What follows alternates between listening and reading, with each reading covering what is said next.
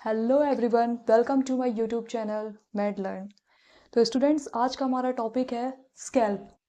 तो students, scalp university exam के point of view से one of the most important topic है। तो आज हम स्कैल्प को इन फॉलोइंग हेडिंग्स में पढ़ेंगे। तो सबसे पहले हम इंट्रोडक्शन देखेंगे कि स्कैल्प क्या होता है, उसका इंट्रो देखेंगे। Next, extent of scalp. Next, layers, कि स्कैल्प के कौन कौन से लेयर्स होते हैं उसके बारे में हम डिटेल में पढ़ेंगे। एंड उसकी ब्लड एंड नर्व सप्लाई के बारे में, और एट लास्ट हम उसके अप्लाइड के बारे में देखेंगे। ठीक है, तो एक एक करके हम पढ़ेंगे। सबसे पहले हम स्कैल्प के इंट्रोडक्शन को देखते हैं। तो स्टूडेंट्स, स्कैल्प होता क्या है कि हमने देखा होगा, स्कल देखा होगा, तो स्कल का जो वॉल्ट होता है, ठीक है, तो स्कैल्प एक सॉफ्ट टिश्यू है जो कि स्कल के वॉल्ट को कवर कर रही होती है। ठीक है, तो स्कल के वॉल्ट को जो सॉफ्ट टिश्यू कवर कर रही होती है उसको हम स्कैल्प कहते हैं। ठीक है, तो नेक्स्ट हम आते हैं। तो ये था इंट्रोडक्शन ऑफ स्कैल्प। नेक्स्ट हम आएंगे एक्सटेंट ऑफ स्कैल्प के बारे में। ठीक है, तो एक्सटेंट ऑफ स्कैल्प में अगर हम बात करें तो एक्सटेंट ऑफ स्कैल्प में क्या होता है कि जो हमारा स्कल होता है, तो स्कल में आगे की तरफ क्या होता है, आईब्रो होती है, सुपरसिलियरी आर्च होता है। पीछे की तरफ एक प्रोट्रूबरेंस होता है, एक एलिवेशन होता है जिसे हम बोलते हैं एक्सटर्नल ऑसिपिटल प्रोट्रूबरेंस। ठीक है, और उसके ऊपर एक लाइन होती है जिसको हम बोलते हैं सुपीरियर न्यूकल लाइन। ठीक है, और लैटरली क्या होता है कि लैटरली टेम्पोरल बोन है। तो टेम्पोरल बोन पे भी एक लाइन सा आपने देखा होगा स्कल में कि उसमें सुपीरियर टेम्पोरल लाइन होता है और उसके नीचे जाइगोमेटिक आर्च होती है। तो अगर हम स्कल का स्कैल्प का अगर हम एक्सटेंट देखें तो एक्सटेंट में क्या होता है कि एंटीरियरली जो स्कैल्प है वो एक्सटेंट होता है सुपरसिलियरी आर्च, यानी कि up to the site of eyebrow तक ये स्कैल्प एक्सटेंट होता है। ओके, एंड नेक्स्ट अगर हम पोस्टीरियरली देखें तो पोस्टीरियरली स्कैल्प जो है वो एक्सटेंट होता है सुपीरियर न्यूकल लाइन तक, और लैटरली सुपीरियर टेम्पोरल लाइन या फिर जाइगोमेटिक आर्च तक भी एक्सटेंड हो सकता है। ठीक है, तो ये था हमारा extent of scalp. Okay, next हम बढ़ते हैं लेयर्स ऑफ स्कैल्प के बारे में। ठीक है, तो लेयर्स में सबसे पहला जो लेयर्स होता है स्कैल्प का, जो सबसे बाहर की तरफ होती है वो होती है स्किन। ठीक है, तो स्कैल्प की जो स्किन होती है वो कैसी होती है, थिक एंड हेयरी स्किन होती है। और स्किन है तो उसमें ग्लैंड्स भी होंगे। तो स्कैल्प के जो स्किन होती है उसमें दो ग्लैंड्स होते हैं, sweat gland and sebaceous glands present होते हैं। तो स्कैल्प की स्किन कैसी होती है, थिक एंड हेयरी होती है और उसमें sweat and sebaceous glands present होते हैं।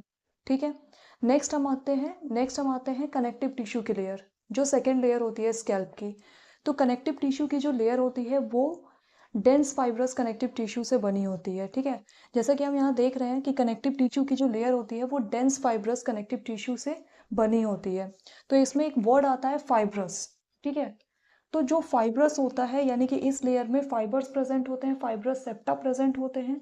तो ये जो फाइबर्स होते हैं इनका क्या काम होता है कि ये जो फर्स्ट लेयर होती है स्कैल्प, यानी कि स्कैल्प की जो फर्स्ट लेयर होती है स्किन, ठीक है, जो स्किन है पहली वाली लेयर, उसको ये क्या करता है, थर्ड लेयर यानी कि एपोन्यूरोसिस की लेयर से ये टाइटली एधर करता है, मतलब उसको कनेक्ट करने का काम करता है ये कनेक्टिव टिश्यू। ठीक है, और इसमें जो ये फाइब्रस सेप्टा होते हैं, तो ये फाइब्रस सेप्टा इस लेयर को नंबर ऑफ पॉकेट्स में क्या कर देती है, डिवाइड कर देती है, कन्वर्ट कर देती है। और हर एक पॉकेट में आप देख रहे होंगे कि हर एक पॉकेट में फैट प्रेजेंट होता है, नर्व फाइबर्स प्रेजेंट होता है और ब्लड वेसल्स प्रेजेंट होता है। नेक्स्ट हम थर्ड लेयर के बारे में आते हैं। तो थर्ड लेयर कौन सी है, एपोन्यूरोसिस की लेयर। एपोन्यूरोसिस जो थर्ड लेयर है इसको हम गैलिया एपोन्यूरोटिका या फिर एपिक्रेनियल एपोन्यूरोसिस भी कहते हैं। ठीक है स्टूडेंट्स, तो एपोन्यूरोसिस की अगर हम बात करें तो जो थर्ड लेयर है एपोन्यूरोसिस, ये लेयर ऑसिपिटो फ्रंटालिस मसल से बनी होती है। कौन सी मसल से बनी होती है, ऑसिपिटो फ्रंटालिस मसल से ये बनी होती है, फॉर्म्ड होती है। ठीक है, और हम लोग जानते हैं कि जो ऑसिपिटो फ्रंटालिस मसल है इसकी दो बेलीज होती है। हम इस मसल के बारे में थोड़ा देखते हैं कि जो ऑसिपिटो फ्रंटालिस मसल होती है इसकी दो बेलीज होती है। ठीक है, एक होती है फ्रंटल बेली और एक होती है ऑसिपिटल बेलीज।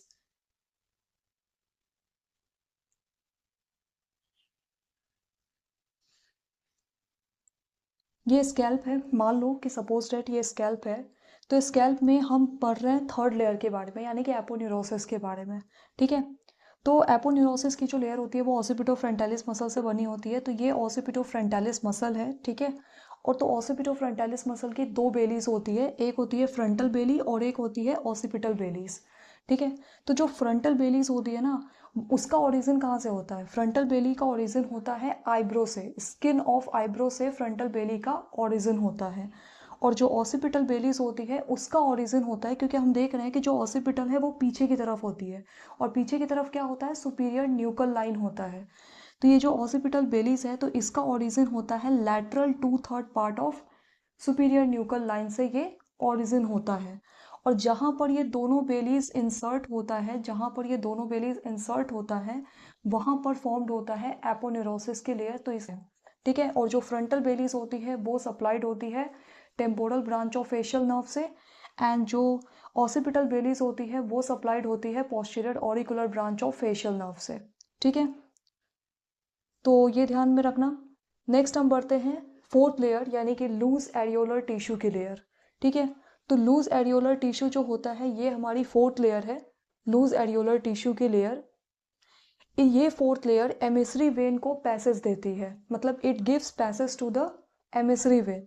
ठीक है, ये हमारा जो ब्लू कलर से मैंने ये बनाया है ये है एमिसरी वेन। तो ये एमिसरी वेन को क्या करती है? एक पाथवे प्रोवाइड कराती है, एक पैसेज प्रोवाइड कराती है। कौन? Fourth layer of scalp. It gives passage to the emissary vein. और एमिसरी वेन क्या होता है? एमिसरी वेन वो वेन होता है जो कि इंट्राक्रैनियल वेनस साइनस को एक्स्ट्राक्रैनियल वेनस साइनस से कनेक्ट करने का काम करती है। ठीक है, अब नेक्स्ट आता है fifth layer of scalp, that is pericranium. तो पेरिक्रैनियम जो है वो एक तरह से क्या होती है? एक मॉडिफाइड पेरी ऑस्टियम हम बोल सकते हैं इसको। ठीक है, पेरिक्रैनियम को हम एक मॉडिफाइड पेरी ऑस्टियम भी कह सकते हैं, क्योंकि जो पेरिक्रैनियम की लेयर होती है, जो फिफ्थ लेयर ऑफ स्कैल्प है, तो ये पेरीऑस्टियम से ही डिराइव्ड होती है या पेरीऑस्टियम से ही फॉर्म्ड होती है। तो स्टूडेंट्स नेक्स्ट हम बढ़ते हैं स्कैल्प के nerve supply and blood supply के बारे में। ठीक है, तो सबसे पहले हम स्कैल्प के नर्व सप्लाई को देखते हैं। तो students that this is scalp, and ये स्कैल्प का हमने आगे नोज बना दिया, और दिस इज ऑरिकल, यानी कि ये हमने ईयर्स बना दिए, ऑरिकल्स बना दिए। तो स्कैल्प के नर्व सप्लाई की अगर बात करें तो scalp has two nerve supply, that is motor nerve supply and sensory nerve supply. ठीक है, तो और ये हमने डिवाइड किया है, मतलब ये मत सोचना कि ये सेंसरी नर्व सप्लाई इधर होता है और मोटर नर्व सप्लाई इधर होता है, ऐसा बिल्कुल नहीं है। ये जस्ट फॉर अंडरस्टैंडिंग है। ओके, जस्ट आपको समझाने के लिए। ऐसे पूरे स्कैल्प में ही मोटर नर्व सप्लाई भी होता है और सेंसरी नर्व सप्लाई भी होता है। ऐसा नहीं है कि आधा एक तरफ सेंसरी होगा और एक तरफ मोटर होगा, ऐसा बिल्कुल नहीं है। ठीक है, ये जस्ट फॉर अंडरस्टैंडिंग। तो अगर हम सेंसरी नर्व सप्लाई के बारे में देखें तो ये एबव द ऑरिकल होगा। ठीक है, ऑरिकल से आगे की तरफ, एंड ये बिहाइंड द ऑरिकल होगा, यानी कि ऑरिकल से पीछे की तरफ कौन से नर्व सप्लाई होंगे। तो अगर हम सेंसरी नर्व सप्लाई की बात करें तो एबव द ऑरिकल, यानी कि ऑरिकल से आगे की तरफ कौन कौन से सेंसरी नर्व सप्लाई होते हैं। तो ऑरिकल से आगे की तरफ होता है सुप्राट्रॉक्लियर नर्व। ठीक है, supratrochlear nerve, supra orbital nerve. तो supratrochlear and supra orbital nerve, ये जो दोनों नर्व्स होते हैं, ये ophthalmic division of trigeminal nerve होता है। ठीक है, this are ophthalmic division of trigeminal nerve. ठीक है, and this is zygomatico temporal nerve. तो जाइगोमेटिको टेम्पोरल नर्व भी क्या होता है? Maxillary division of trigeminal nerve होता है। And this is auriculotemporal nerve. Auriculotemporal nerve is mandibular division of trigeminal nerve. तो above the auricle कौन कौन से नर्व सप्लाई होते हैं? Supratrochlear nerve, supraorbital, zygomaticotemporal and auriculotemporal nerve. ठीक है, ये above the auricle sensory nerve supply था। नेक्स्ट बिहाइंड द ऑरिकल क्या होगा? बिहाइंड द ऑरिकल होगा great auricular nerve, lesser occipital nerve, greater occipital and last third occipital. Okay, तो ये जो चारों नर्व सप्लाई होते हैं जो बिहाइंड द ऑरिकल है, ठीक है, तो ये चारों क्या है? सर्वाइकल नर्व है। ठीक है, तो जो ग्रेट ऑरिकल होता है ये ventral रेमाई of C2 and C3 होता है, यानी कि सेकेंड और थर्ड सर्वाइकल नर्व का वेंट्रल रेमस होता है। ठीक है, एंड जो लेसर ऑसिपिटल होता है ये वेंट्रल रेमस ऑफ C2 होगा, एंड ग्रेटर ऑसिपिटल क्या होगा? डोर्सल रैमस ऑफ C2 होगा, and third occipital is dorsal ramus of C3। ठीक है, अब हम नेक्स्ट आते हैं मोटर नर्व सप्लाई। तो मोटर नर्व सप्लाई में अगर हम देखें तो एव ऑफ द ऑरिकल कौन सा नर्व सप्लाई होगा? Temporal branch of facial nerve, यानी कि फेशियल नर्व के जो टेम्पोरल ब्रांच होता है वो यहाँ पर सप्लाई कर रहा होता है। और बिहाइंड द ऑरिकल क्या होगा? Posterior auricular nerve which is also a branch of facial nerve. तो posterior auricular nerve and temporal nerve, ठीक है। This is nerve supply of scalp. अब हम नेक्स्ट आते हैं ब्लड सप्लाई ऑफ स्कैल्प के बारे में। देखते हैं एव ऑफ द ऑरिकल में supratrochlear artery, supraorbital artery and next superficial temporal artery. तो जो सुप्राट्रोक्लियर एंड सुप्राऑर्बिटल आर्टरीज होती है ये दोनों इंटरनल कैरोटिड आर्टरीज की ब्रांचेस होती है, ठीक है। एंड ये होता है सुपरफिशियल टेम्पोरल आर्टरी, ये एक्सटर्नल कैरोटिड आर्टरी की ब्रांचेस होती है, ओके। एंड अगर हम बिहाइंड द ऑरिकल देखें तो बिहाइंड द ऑरिकल दो आर्टरीज होती हैं, posterior auricular artery and occipital artery. नाम से ही पता चल रहा है कि ये पीछे की तरफ होगा, तो उससे भी हम ये याद रख सकते हैं कि बिहाइंड द ऑरिकल कौन कौन सी आर्टरीज होंगी जो स्कैल्प को सप्लाई कर रही होंगी। तो ये posterior auricular artery and occipital artery ये दोनों भी एक्सटर्नल कैरोटिड आर्टरी की ब्रांचेस होती है। तो स्टूडेंट्स एक चीज़ हमेशा ध्यान रखना कि एनाटॉमी में ये चीज़ हमें हमेशा पता होना चाहिए कि मतलब कौन सी आर्टरीज या कौन से नर्व जो है वो किसके ब्रांचेस हैं। तो हर एक आर्टरीज और नर्व के हमें ब्रांचेस पता होना चाहिए, तभी हमें मतलब एनाटॉमी समझना भी हमारे लिए थोड़ा आसान होगा। तो हम समझ पाएंगे कि ये किसकी ब्रांचेस है, कहाँ से ये एराइज हुआ है, वो हम पता कर पाएंगे, समझ पाएंगे, ठीक है।